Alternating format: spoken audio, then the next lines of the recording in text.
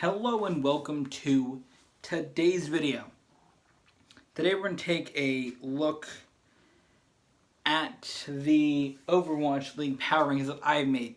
Now, I do want you to know that they again are my own power rankings, so they're however I feel the teams performed in the Overwatch League throughout the weeks. So this is going to be a new weekly series here going up every Sunday at the end of every week, of course. And I'm going to go from last to first, let you guys know what the records are per maps, and then why I picked them where I did. Alright, so coming in number 12 this week with the power rankings. And if you guys want to see the full list, it is on my Twitter, link down below.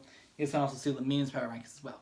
So, the first power rank that I picked, or the first position I picked in 12th, is Florida Mayhem. Now, overall, they are 11th in the league. They have a 1-7 record. They're 7-25 on maps. But the reason I put them last is I feel they really just haven't performed that well at all. They really just have looked pretty bad through the majority of the matches that they've played. All season, they really just haven't looked that good. And honestly, I feel like they're going to be at the bottom for a while. Now, coming in at number 11 is the 12th place overall team in the league. But in my power rankings, I put them number 11. The Shanghai Dragons, they're 0-8. They're 4-29 on maps. But they have shown improvements over the couple of days. They did take a step back in their last match, I feel, against London. A little bit of a step back against them, but did they play London last? I believe they did. They did take a little bit of a step back against London, but it showed that they were good against New York and against Seoul in the past couple of weeks. And really every match I feel like they've shown improvement, so that's why they're not ranked last. Coming up next on my power ranking, number 10th, is the number 8th overall team in the league, the Los Angeles Gladiators. They are 3-5. They're 12-22 on maps. I feel like they also have not been that good. They really, I think being 3-5 is a little bit surprising for how they've played. And I don't know, I think that they definitely are not a 3-5 team. They definitely should be lower. Alright, number 9 on my power rankings is the Dallas Fuel. They are 10th overall in the league. They are 1-7 along with Florida. They are 8-22-3 on maps. They have 3 ties. I feel like Dallas is either really good or really bad. And I feel like they're a little bit better than the Dragons, the Mayhem, and the Gladiators. Of course, coming into the league, they were picked to be one of the best teams in the whole league. But so we can see how that's worked out. I just feel like they haven't been that good. But in the past week, I think taking a map against New York, and that match really was close. I think that they could have, if they won on, I think they played Junkertown. Maybe wrong about that, but I watched so many matches. I think actually it was Dorado. Yeah, it was on Dorado. If they were able to win there on Dorado, I think they could have definitely taken that to 5 matches, maybe won it, because they definitely have shown that they are a decent team. Alright, coming in number 8 is the 7th place overall team in the league, the Philadelphia Fusion. They are 17-18-1. And the Philadelphia Fusion, to me, hasn't been that good. They're 3-5. They're in contention for that final spot to go into the Stage 1 playoffs to play for that extra money coming up in a couple weeks, or coming up next week. They're in contention with that spot with the Valiant, Uprising, Outlaws, and Dynasty, but they haven't shown that they're a team that really could compete there. I think that their wins, I know this power ranking is supposed to be over all the weeks, but we're supposed to be over mainly focused on this week. I feel like looking back to week 1, when Houston wasn't playing well, the Fusion got a lucky win there. They could easily be 4-4. And then looking back to when they beat New York, I feel like New York is preparing for Seoul, so they could easily be a 3-5 team right now, just taking out those 2 matches there. So they could definitely be the other way around, 3-5. So definitely not. They're super inconsistent. They they were taking 5 matches against Shanghai, so they definitely haven't shown that they're a great team yet that can go out there and compete. And coming in at number 7 for me is the San Francisco Shock. They are 13, 18, and 2 on maps. But they've been an interesting team to watch. I feel like they're right there with Philadelphia. They could be either really good or really bad. And they just happen to get on the side of losing some of the matches that they could have probably won. And that's why I put them over Philadelphia. I feel like they're better than Philly. And I feel like they can easily beat them, or not easily beat them, but they can beat them in a match that they have to.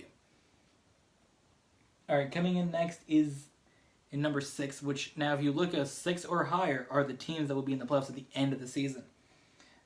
Putting number 6 there, I'm going to put the Boston Uprising. They are 5-3. They're 21-14 on maps. And to be honest, they're pretty good. I mean, coming in the league, they weren't really predicted to be that high. I thought they would have been down a little bit lower. But Boston's shown they beat some of the top teams. They beat the Los Angeles Valiant this week. That was pretty impressive. I think they 4-0'd the Valiant, actually. So they did pretty well against them.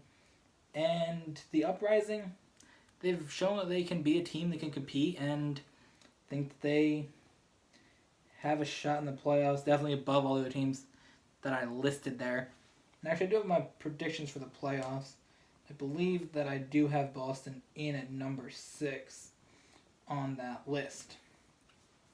Going back here, though, number 5 of the Houston Outlaws. They're also 5-3. They're 24-10 on maps. Now, they had a crazy win streak of 5 matches in a row. They started out the season 0-2. They went to 5-2.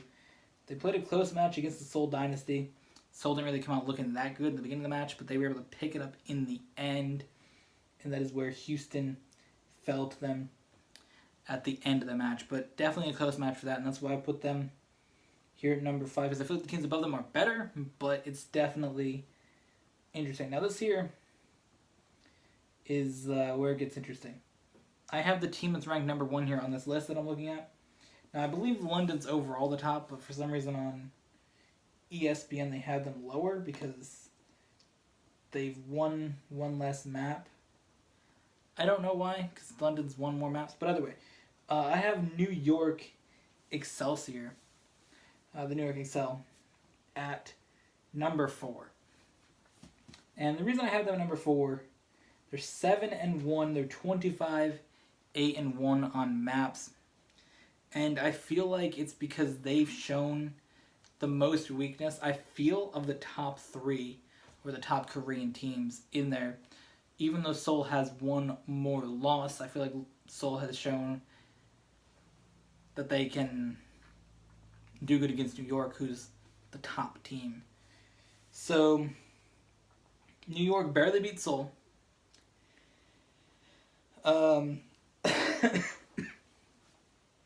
Shanghai actually played surprisingly well against them earlier in the week, and Dallas took a map from them in the thing here. So 2 lower teams in Dallas and Shanghai, and of course they played a match against one of the top teams and barely won it there against Seoul. So I feel like they just haven't shown that they're really that good yet. They're really good. They're definitely a top 4 team, but they haven't shown that they're the top team. That's why I have them at number 4. Number 3, I did think a little bit about this, but I did put the Los Angeles Valiant in 3rd. I think they've been playing really well up until they got 4-0'd by Boston, but I just feel like the way that Los Angeles has mostly performed has kind of outweighed that, because a team that's really good in Boston, they're 5-3, or they were 5-2.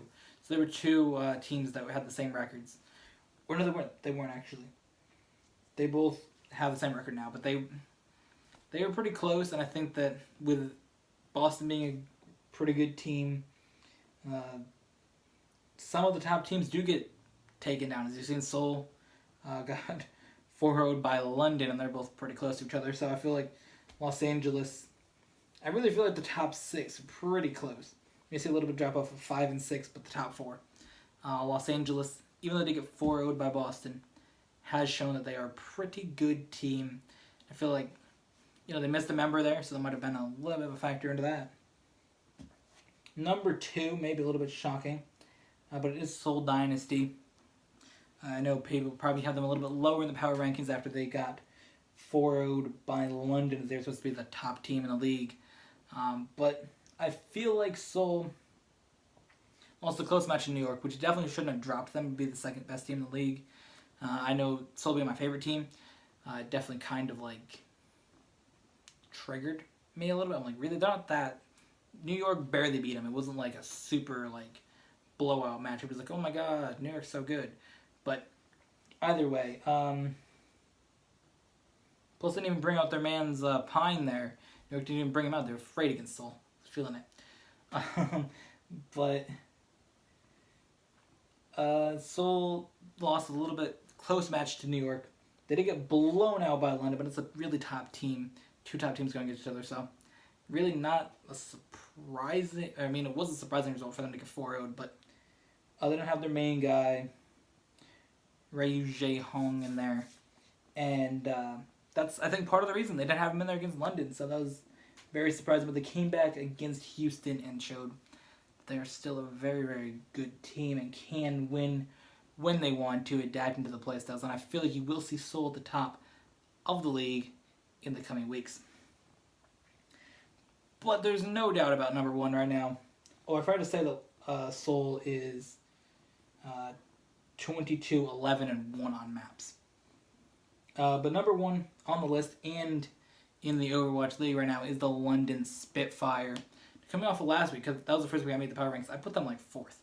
They really didn't show that good. They kind of got like wrecked. I don't even know who they got beat by, but they got beat by somebody kind of low down. They really didn't play that well last week, and they came out this week 4-0'd Seoul, who's arguably one of the best teams in the league, and then they also 4-0'd Shanghai. Again, Shanghai's worst team in the league. Worst team, not power ranking wise, but they're the worst team, being 0-7 at the time of them playing each other. But I feel like London has shown that they are the top team in the league. They have played pretty well. They've been really great. Again, beating Seoul 4-0 really just solidified them being the top team on this list. And I think that we'll see what happens if they play against New York. I don't know if that's the next matchup. Let me see if I can find out the matchups here, because we are done with this. I should have brought it up, but I didn't bring it up for some reason. Can I see a schedule anywhere? No, I want to do that. Okay, so let me see. If I look up the Overwatch League, it'll just bring me up to the website. It's the one thing I didn't plan for, and this was the schedule. Don't know why I didn't, but we'll see. Alright, so the schedule coming up next week. Next week we are going to see